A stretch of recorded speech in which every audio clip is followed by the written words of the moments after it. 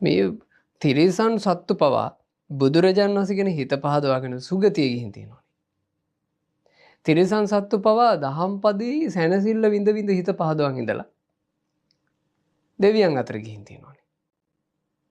ඒ වගේ ඔයාලගේ ඔය ගෙවල් වල එහෙම ඉන්නවා තිරිසන් සත්තු.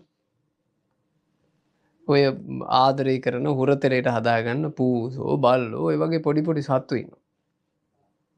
හුරතලයට ඇති කරන සත්තු. ඔය සතෙක් වුණත් මේ ඔය බුද්ධ වන්දනා කරන වෙලාවක බණ අහන වෙලාවක ඒ සතාව ළඟ තියාගෙන ඒ සතා ඒ ළඟින් ඉන්න කැමති නම් ඒ සතාට ළඟ පාඩුවේ ඉන්න දීලා එහෙම අවස්ථාව සලසන එක සමහරවිට ඒ සතාට අපිට තේරෙන්නේ නැහැ ඒක. අපිත් එක්ක මට මතකයි එක අවස්ථාවක ඇවිත් ඒ පින්වතුන්ලා පිරිසක් එයාලගේ ඒ හොරතල් සතා මැරිලා. එයාලා හොරතලට ගෙදර ඇති කළේ මේ කිකිලි පැටියෙක්. ඒ කිකිලි සෑහෙන කාලයක් මෑලත් එක්ක හොරතලින් ඉඳලා තියෙනවා. ඒ සතා ගොඩක් ප්‍රිය කරන එකක්ලු. ධර්ම දේශනා ගෙදර දාපුවම ඒ ධර්ම දේශනාව ඇහෙන සීමාවේ ඔහි කුබ්බර වෙලා ඒකට සවන් දීගෙනම ඉන්නවා. ඒ වෙලාවට කිසිම හැලහොල්මනක් නැහැ.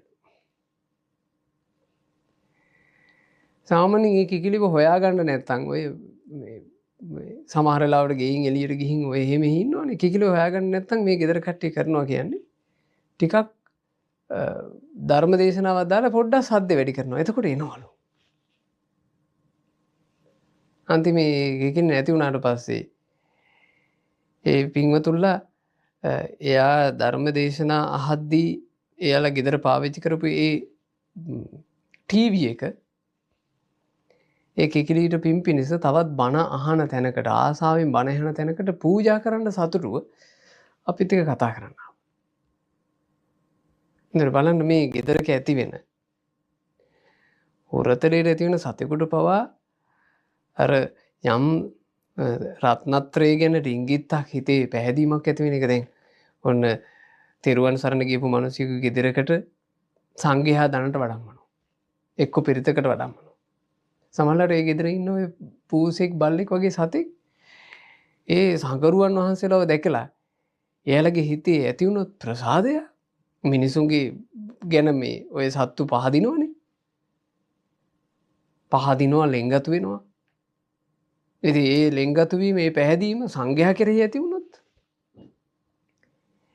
ඒකයට යහපත පිණිස පවතිනවනේ.